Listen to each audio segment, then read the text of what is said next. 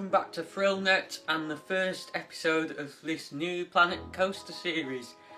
Yeah, if you haven't watched previous videos where I've kind of explained what's going to be coming up on the channel in the near future, I talked about a new Planet Coaster series I'm going to be doing where I'm going to be building a Blackpool Pleasure Beach style theme park, you know, seaside amusement park should I say, because I mean Blackpool Pleasure Beach is an amusement park and not a theme park.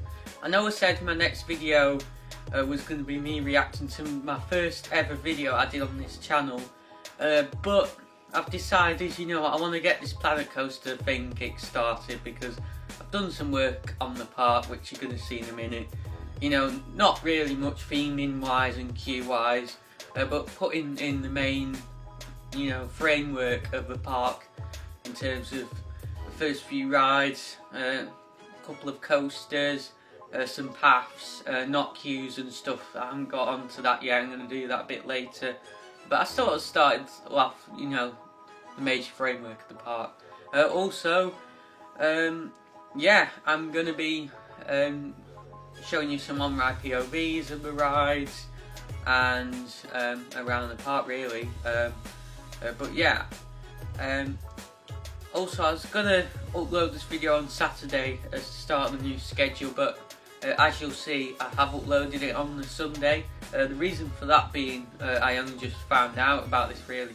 The YouTube channel Coasterbot, who kind of talks about different rides and stuff, theme park YouTuber, is doing a massive 8-hour live stream tomorrow from 4 PM until 12 AM, and that is British summertime.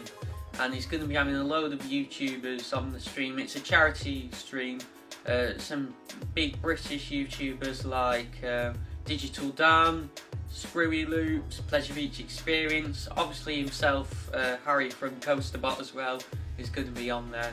And also some other European and American YouTubers like Silverette and Coaster Studio. So I kind of didn't want to interrupt that, especially because it's for charity. I know that my video is probably not going to get many views compared to his, because he's got like over 10,000 subscribers. But you know, I didn't really want to kind of post something during something for charity really. I know it might sound silly, but you know, I mean it for good reasons. But yeah, with that kind of video that I was going to be putting out, reacting to, you know, I just thought I'd do this. I'm juggling things around. You know, it's difficult at the moment planning videos because it's not like I can just go to a theme park or amusement park and go, hello and welcome to this mini vlog from Blackpool Pleasure Beach. Yeah, you know, it's difficult, as you guys who do YouTube will know, so kind of juggling things around. But at the moment I plan for like Wednesday videos to be like a top 10 or a ride review. I'll probably alternate it. I plan to do a top 10 next Wednesday, then Saturday's plan to be the Planet Coaster stuff, and kind of the other bits and bobs of ideas. I might do the old reacting to video instead of a Planet Coaster video. I'll probably like the other stuff, I'll kind of, rather than do, if I'm like working on something big, Planet Coaster, and not ready to post another video, I'll probably post one of those other like reacted to videos or whatever instead. But yeah, without further ado, here's some shots of my Planet Coaster park. Okay, so this is the park that I've been making so far pretty much. As you can see, the entrance is just down here, and that is towards the east of the park. As you'll be able to see when I turn around here, the boundary is just sort of over that way pretty much. Yeah, just down here, there's the boundary. So yeah, the entrance is towards that side of the park. I have actually made this park on the largest setting possible. In the scenario editor, sorry, I have increased the total build area of the park. I don't know if that's what the setting's called, but you know what I mean, where you can basically build rides and stuff to as high as possible in both the X and Z directions, so basically from top to bottom of the park and left to right of the park. I've not increased the height of the park because I don't plan to build anything that tall. The tallest roller coaster I plan to build in this park is actually this Arrow Hyper Coaster, which I've already built, and I plan for that to be, I believe, is it around 230 odd foot, something like that. It's quite a tall hyper coaster. It doesn't just like scrape the 200 foot mark, but still, it's not that tall. I mean, you've got roller coasters 300, 400 plus foot in the real world, so in the grand scheme of things, 230 foot's a tall coaster, but there's taller out there, obviously. Don't worry, this isn't how the entrance is going to look yet. As I said before, I just plan to make the main framework of the park. That's all I've really done in this episode, and then in the next few episodes we'll build this up, we'll add buildings and stuff. But this is just to show you what I've done so far, because I put a few rides in. I don't plan to do loads of time-lapse footage like a lot of other YouTubers, because I just feel like that for larger theming structures and stuff that are more complex, I think it'd be nice to do that, to just show you guys how I make them. But I feel like for stuff like this, time-lapse is just a bit pointless, to be honest, really. I mean, I know it shows the development of the coasters in more detail and what you've thought about, but you know, I can pretty much talk about that, really. There's not that much to say, so I just feel like that to ensure these videos, because I'm aware that I typically talk for a long time and my videos are very long, so just to ensure that they're as manageable a length as possible, I've avoided doing time-lapse footage, and I plan to keep avoiding, you know, this is an amusement park, so there's not going to be anything too complex theming wise, so I don't think that doing loads of time lapses is necessary. I mean, if this channel was to get more popular in the future, I might do live streams in real time and be building this up. I've seen a lot of them recently with the current situation. Obviously, because we can't get to parks and stuff, there's been a lot of Planet Coaster stuff around and people live streaming that. But yeah, let's get into the rides then without further ado that I've got in so far. So here pretty much you've got a classic carousel. This is going to be a whole plaza around here, and what I am actually going to do here, which is a trick you can do in Planet Coaster, is if you build like flat roof tiles on ground level, so that they're just kind of poking out the ground over the paths, you can actually give a realistic kind of park path look, because as you'll know in Planet Coaster, you can't place paths over where rides are and roller coasters. If you place paths under roller coasters, it removes the supports, but obviously in real life you don't have paths as such in parks. It's mainly like concrete ground of some sort that everything's placed on. I mean, obviously you've got foundations, but I mean the supports kind of show what you would see in a park anyway. So yeah, the path system in all of these games, including Roller Coaster Tycoon, isn't too great. I've used the square paths, the tile-like paths, as you would see in the old RCT games. They were the only sort of paths you could do, because I just feel like they're more manageable than the normal curved paths that Planet Coaster allows for. I might use them in some places, like for ramps and stuff, but I don't see the point here, really. I mean, as I said, this is all going to be covered up with concrete of some sort to give it a more realistic look, but you got the classic carousel there. You then got one of these rides that sort of spins round and the canopy comes over. I've actually ridden one of these at Folly Farm when I went to Wales last year. I did enjoy this actually, so I thought I'd put this down. Plan for like a stage area to go here, and then in the centre here we have a Marathon spinning coaster, similar to the likes of Sonic Spinball at Blackpool Pleasure Beach. What am I saying here? Alton Towers, not Blackpool Pleasure Beach. They don't have a marathon at Blackpool Pleasure Beach, but this is a Blackpool Pleasure Beach style park. Alton Towers, they have, and it's not called Sonic Spinball either. It's called Spinball Whizzer.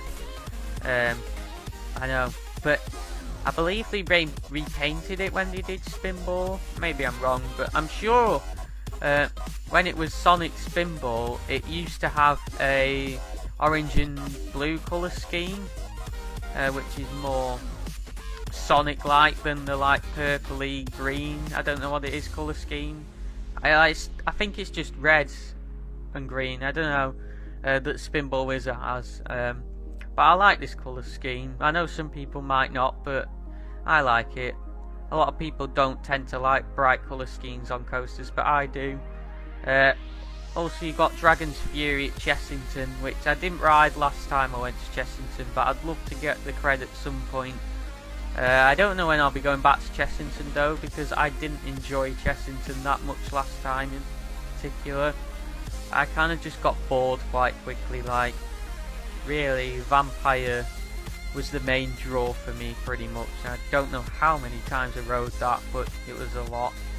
I'll probably go back to Chessington at some point in my life though, but not anytime soon, especially at the moment. But yeah, you got this. I'll show you POVs of all of these later as well, then you can see it, and I won't talk over those. I'll just let you enjoy the POV. But pretty much, you've got a drop, a turnaround. You then go into the lift hill, which is fast like they normally are on these coasters. Crush's Coasters at Disneyland Paris is another type of coaster like this, by the way. You then got a drop, an airtime hill, a little turn there, which isn't overbanked, just a turn. Then up into a mid-course brake run. These coasters tend to have a few mid-course brake runs. You then got like a curved drop there, which doesn't have the best profiling ever, but oh well. You then got the turnaround that these coasters typically have. And you'll notice your trains go around there very slowly as well, so you get a lot of hang time there, which is nice. Then a mini airtime hill, which gives quite a bit of ejector airtime. Then you got that curve up into the brake run. The helix down to the left, another airtime hill, another helix, another brake run, mid-course obviously, and then a drop down to the left, and then you pretty much curve back to the right. Into the final brake run, and then right into the station. So that's that. We then got this looping ride over here. I'll just get this in action actually so you can see it, because it's not currently going. But there you go. It's Insanity, this is called in the game, I believe. But yeah, they got another looping ride as well, but it has lower throughput, so I thought I'd put this one in. This is kind of going to be a main path in the park really. You're going to have some shops and restaurants either side. I guess a bit of a main street type path, except that the plaza's at the entrance. It's like the opposite way around to Disney. You got like a big plaza there with the coaster being the central piece rather than the castle. And then you've got this here, like a bit of a main street bit. But this is just going to be a path to allow easy access to the back of the park pretty much. I mean, this parks doesn't go that far back. It's more of a kind of has a long width rather than a long length. But yeah, you then got this ride as well, which is pretty much I don't know what this is called. I've never seen one of these, but I'll start it up now so you can see it. And I've just clicked the wrong one. What am I doing? There you go. There we go. It'll start now. It basically spins round and then tilts up, or tilts up then spins round by the looks of things actually. It does tilt vertically eventually, but yeah, not for everyone that one, but yeah. You then got the wooden coaster here, which is pretty much a simple out and back wooden coaster really, a classic wooden coaster. I plan to kind of give the impression that this is like the first, like the oldest coaster at the park. You've got like a Big Dipper style drop down to the left, or more like Nickelodeon Streak actually. A little straight bit, then you go into the lift hill. It's about 70 foot tall this, or I think actually closer to 80 foot. It's a bit taller than Big Dipper. You then got this turnaround similar to Big Dipper, which actually brings, height wise, it brings it down quite a bit. You then got a drop which I think's about 65 foot, something like that. You got a couple of airtime hills, and then you into a bit of a turnaround. Big Dipper's got a bit of a bank turnaround like that. I tried to kind of make this kind of Big Dipper and Nickelodeon streak inspired. It's oak wood colour in this ride. It's all got like dark kind of oak colouring, as you can see, which I like. And then obviously the black and red trains. I'm not sure if this is like a Philadelphia toboggan coaster type ride like Big Dipper. I can't quite tell from the trains. I think it might be, or it might be one of the other scenic rail. I don't know. I'm not that knowledgeable with when it comes to my wooden coaster manufacturers, but they also have, what I do know is they also have two newer coaster types in the game, which are the Custom Coasters International. It's called the Monster in the game, and this one's called like Zephyr or something like that. I don't know. I know it's something like that. Begins with a Z. And you've also got the Nala coaster type, which is that's based on the GCI, the modern GCI type coasters, which are a bit more flexible because they have the 2-seater cars, whereas these have 8-seaters, and then I believe the Monster cars have 6-seater cars. So yeah, and then you pretty much got a double down there, some more airtime hills, and then up into a turnaround at the end, and then down into a final airtime hill and into the brake run. So that's that. And then over here I plan to have like a go-kart track, and you've got a Huss break dance here. It's quite an intense one, though I believe these are intense rides in general. I chose these. I don't plan to do themed areas in this part, but I chose this ride because, you know, I just think it kind of fits with having the go-karts next to it. So I suppose it's a bit of a themed area, but, you know, this park isn't going to have heavily themed areas because it's an amusement park, but it just seemed like an appropriate place to place this down. And then next to it you've got the Dodgems, obviously, as you can see there. Again, very fitting with the kind of car theme. We'll set these going actually because they haven't moved yet. If I can, there we go. There we go. They will start going now. So as you can see, I don't know how they are driving cars, those dummies, crash test dummies, but yeah, it does. I don't think.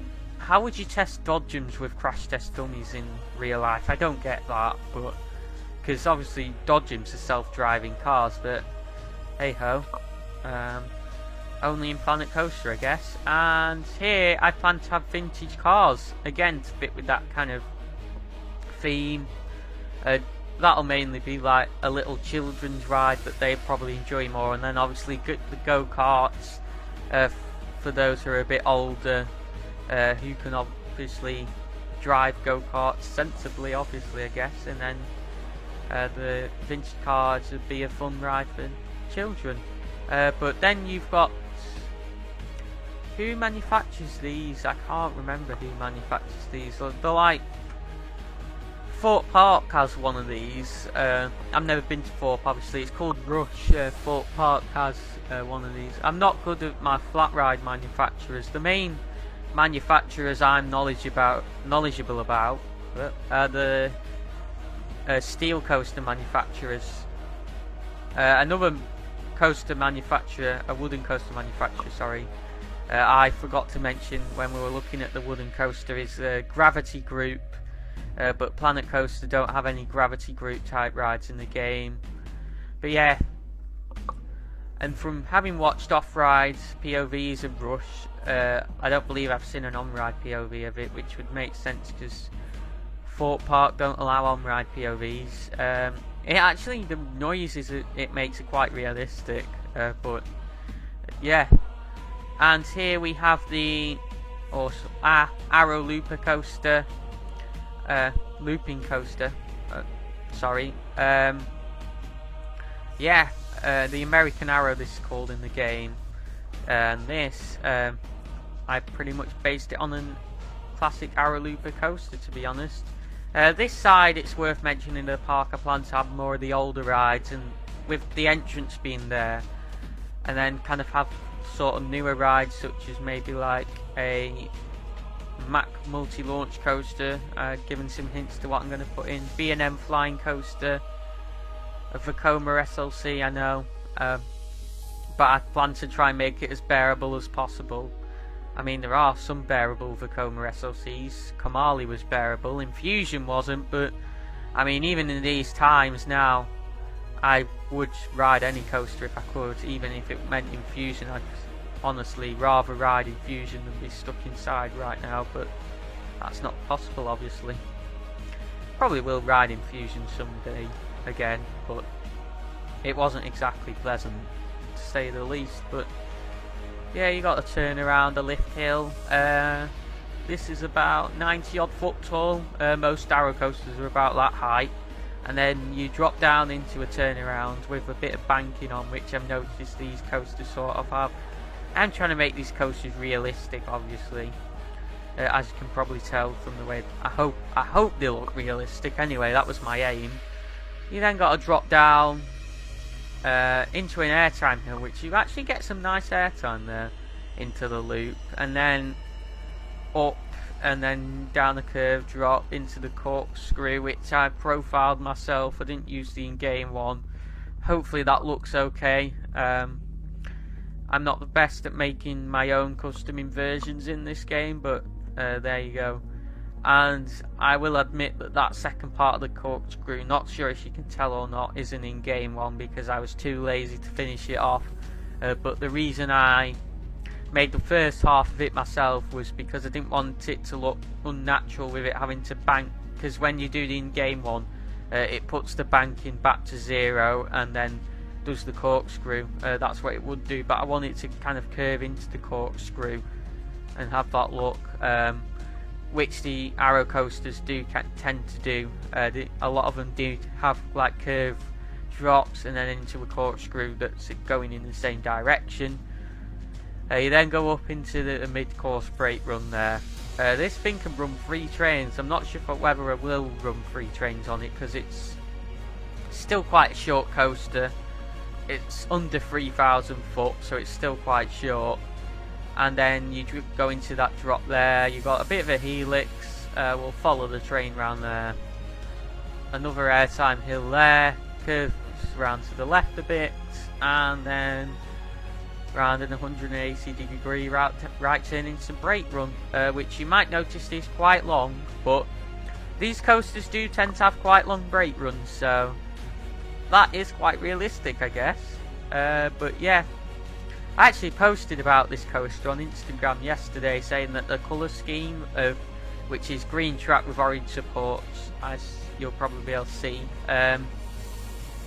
by the way, and I posted this saying, because it's quite similar actually to Icon's originally planned colour scheme, and you'll be able to hear the Icon soundtrack in the background now. I thought I'd put some soundtracks over these episodes just because Planet Coaster doesn't really have any music playing constantly. You'll notice little bits of soundtracks, but I thought it'd just add some nice audio to it, and I've chosen the Icon soundtrack for this episode.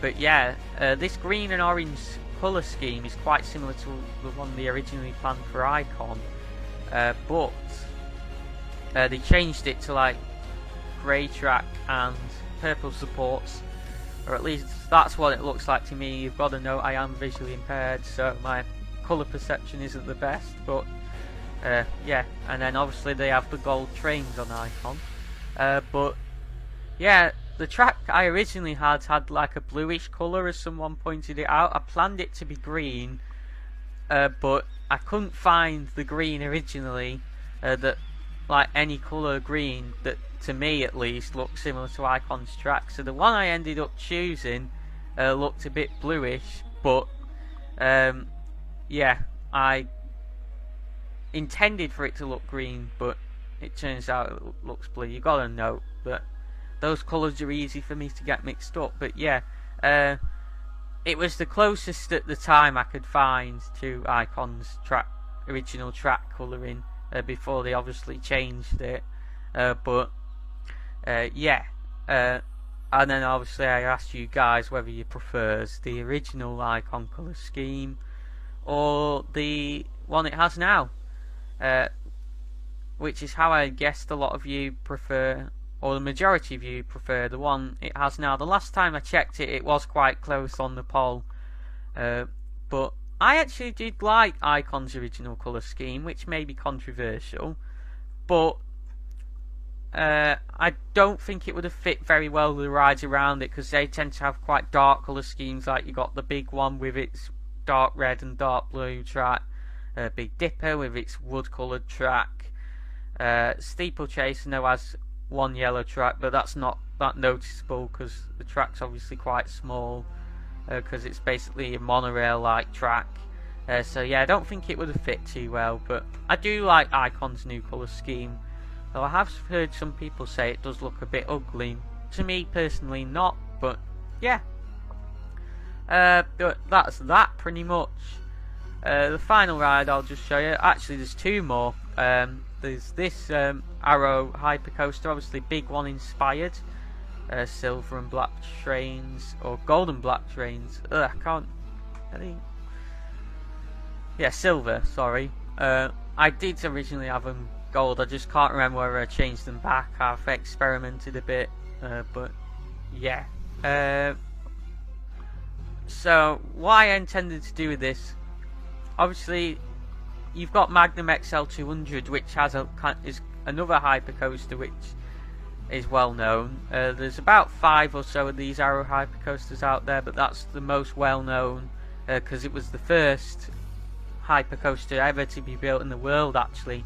And then the big one took the record back when it opened in 1994. But the thing with the big one is a lot of it's built quite high up, and the reason for that, a lot of people don't appreciate it, but when you think about it, because the big one was put in so late, and obviously this would have been put in late as well, but quite a bit before the newer ride, so which in theory would have given you a bit more room if this was built in real life. But the big one was put in quite late when there were kind of already a lot of rides around it, and because obviously Pleasure Beach has a lot of 70s and 80s rides with Steeplechase and stuff like that, and the big one obviously does go near stuff like the Grand National, which this coaster here doesn't really go near the wooden coaster, because obviously that's at the back of the park, whereas this is mainly towards the front of the park, which the big one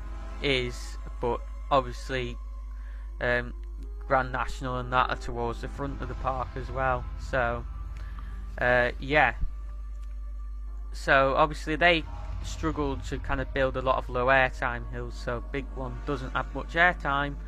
So I kind of wanted to kind of do a bit of a mixture of a big one and Magnum layout with this. So you'll have noticed over here that the lift hill, after that you got like a first drop like Magnum, because yeah, just with the space I had, I just thought I'd put that there. But then I wanted to put the big one style drop here as a second drop. It is a bit smaller than the big one's first drop. It's about 180 foot or so, but the first drop of this is actually taller. But just to ensure we get a bit of air time off there, I have made it a bit smaller than obviously the big one's drop would be. But that's not really the point. The point I'm trying to make is that it's similar profiling, but obviously in the opposite direction with that curve, 90-degree curve. But yeah, and then obviously here you're going to be going across the seafront, which will be built all in front of the park. I do plan to have some hotels as well, which is why you'll notice there's like gaps in certain bits of the parks at the sides, because I plan to have like hotels there and then a road going around the park, so you'd be able to like drive around and see if it was real life. And obviously I'm going to put I am going to put footpaths down as well, so guests can walk across them, and they will probably be built with normal paths. Well, they will, because otherwise guests won't be able to walk on them. But yeah, you got an airtime hill here. You then got like a turnaround. Well, you got an airtime hill turnaround, which is very similar to the big one's turnaround, but in the opposite direction. You then got this mini airtime hill there as you're going down the drop into the main return part of the ride, which gives some really good airtime, which is why I put it in.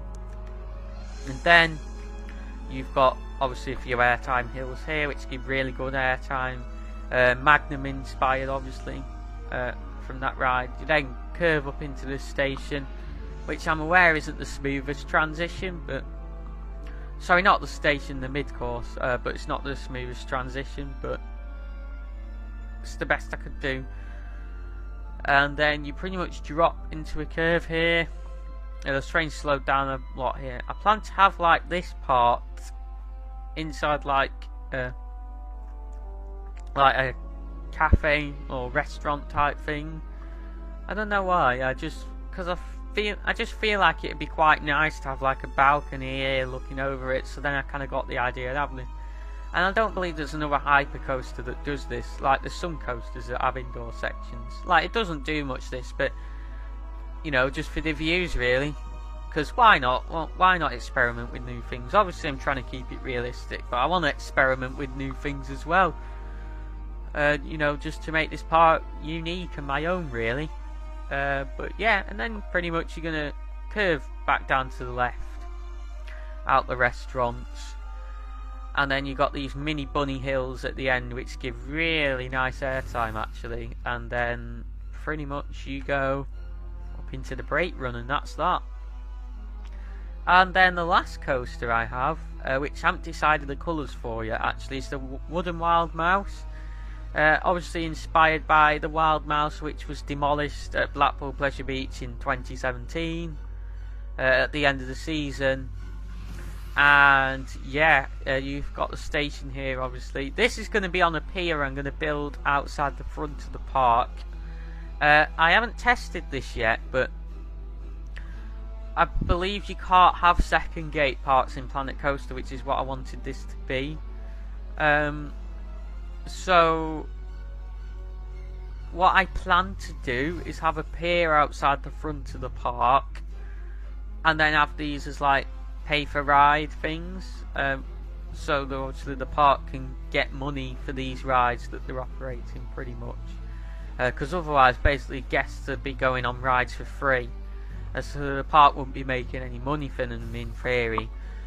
So it might seem a bit, you know, why would people pay for this? But I mean, those who want to ride a classic Wild Mouse, although they can be a bit controversial in terms of the health and safety for modern days, but Planet Coaster did include it to, obviously as a recognition. They wanted to keep kind of this coaster type going, so they actually put it in the vintage pack, which was released in 2018, the year after the Wild Mouse closed for good.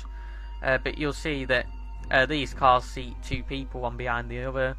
So you got a curve to the left pretty much, and then another curve to the left, which is basically a reverse of the start of the Blackpool Wild Mouse, which basically I'm pretty sure does the same to the right, although I never rode this. Basically the reason I never rode this is because I'm not a fan of rough rides, and with me having my kidney transplant and stuff like that, I was a bit concerned about the safety of this. And clearly by modern day standards it was starting to get a bit unsafe, because they closed it in 2017, even though they had put measures in place. I believe they put an extra brake in place on the first drop to slow it down a bit to improve the safety, reducing the G-forces a bit. But unfortunately the ride did have to close at Blackpool. That's the thing with these wooden coasters, the older wooden coasters, with like health and safety. A lot of them are starting to close, but thankfully with manufacturers like CCI and GCI, Gravity Group, wooden coasters are still a thing. Obviously, the more modern ones.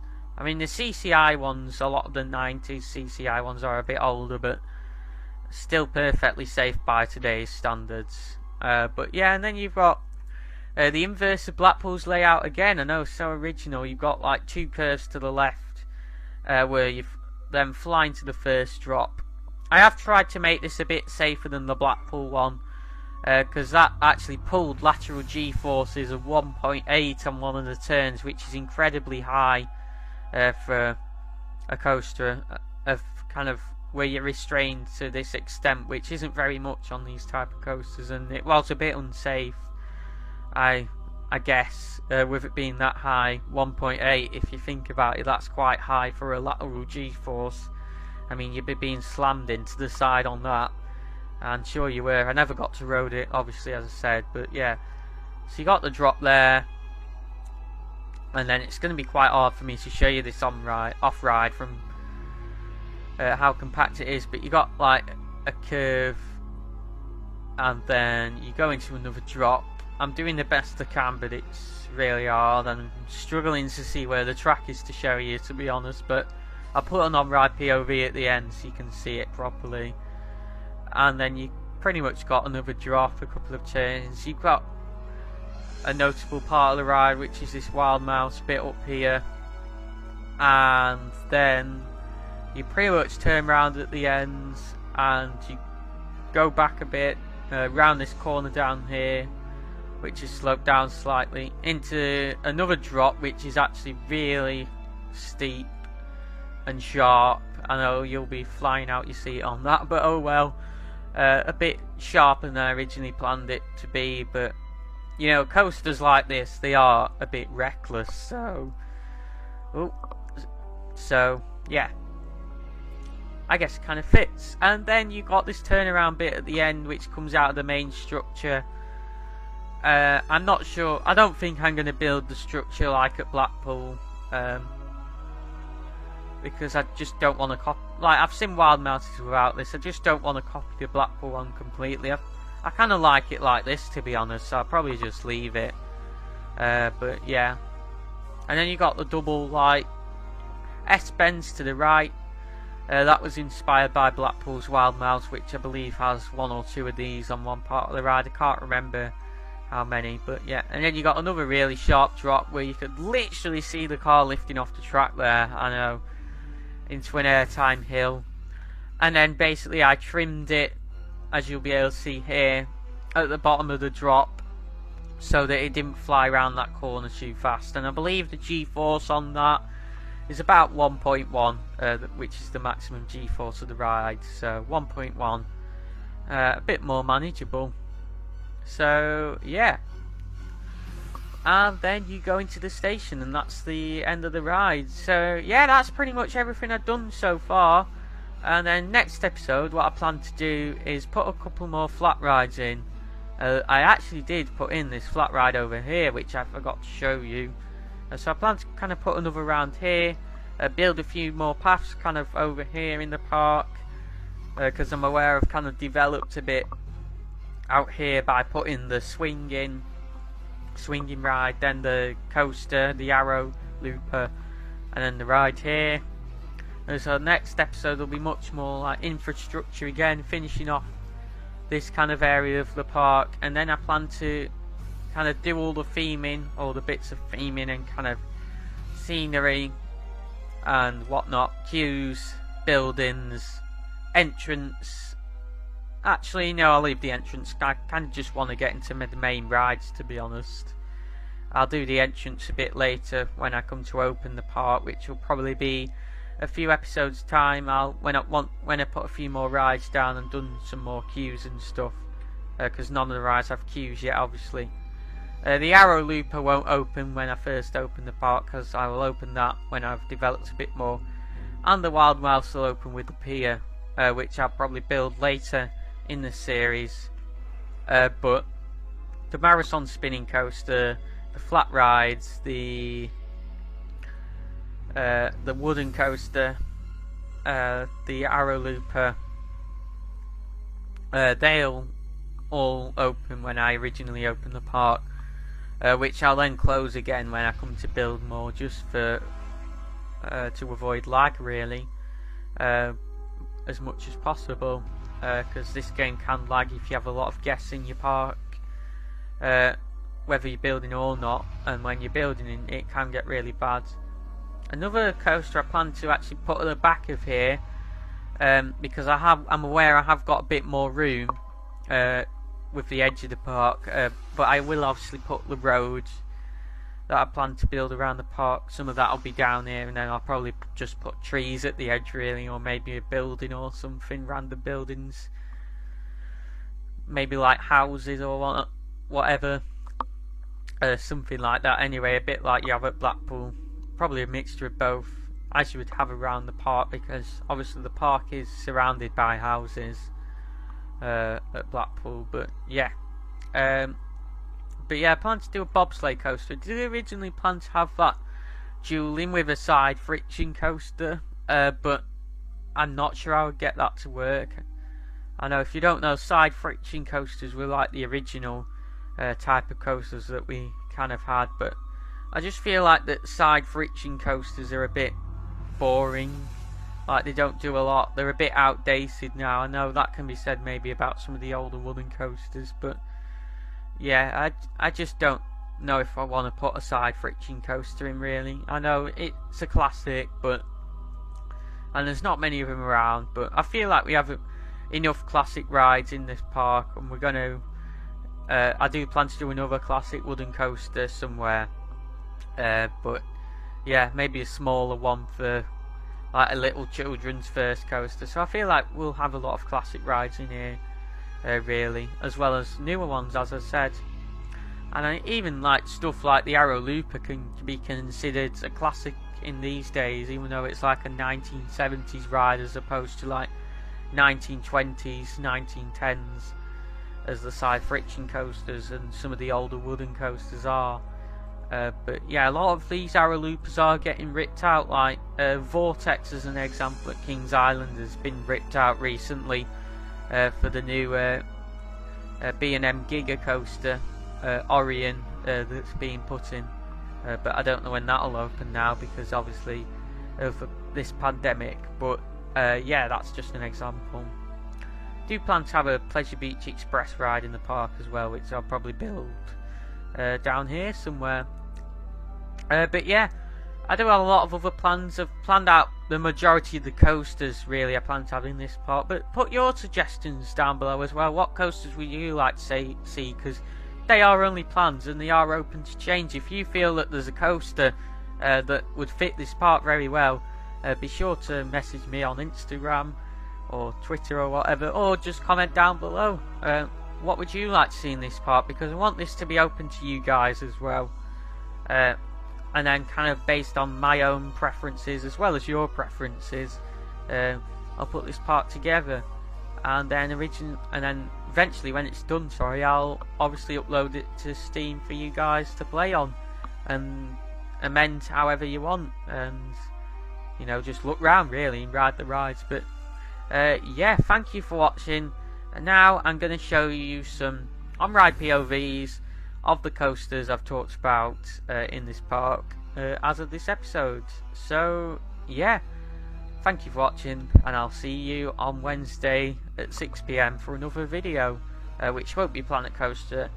It'll probably be a top 10 or something, because I'm going to do these Planet Coaster videos at weekends. So yeah, the next Planet Coaster video will be on next Saturday at 6 PM. So yeah, thank you for watching, and I'll see you next time.